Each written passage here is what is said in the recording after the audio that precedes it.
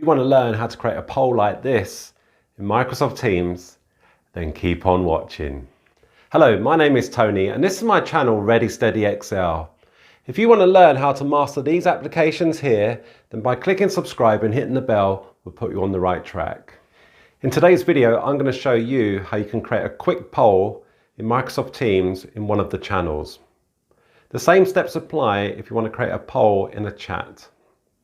I'm also going to show you how you can check who's responded to your poll. Okay, are you ready? I know I am.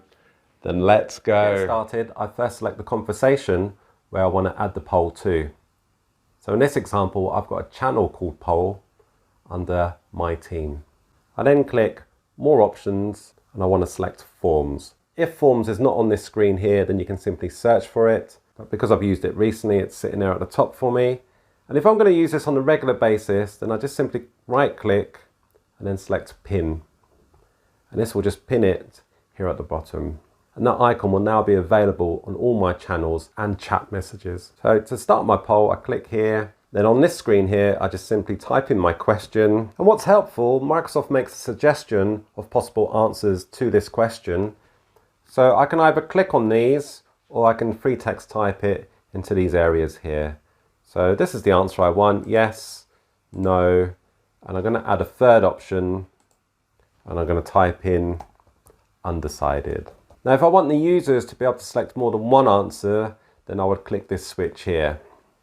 Otherwise, I can click next. I've got the opportunity here to test my poll.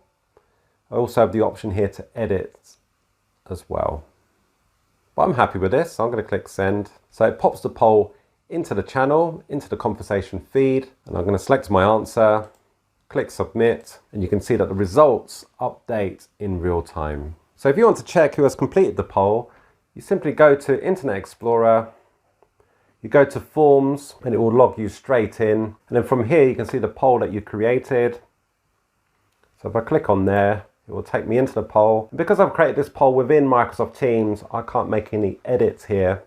But what I can do is if I click on responses, I've got some of the stats there.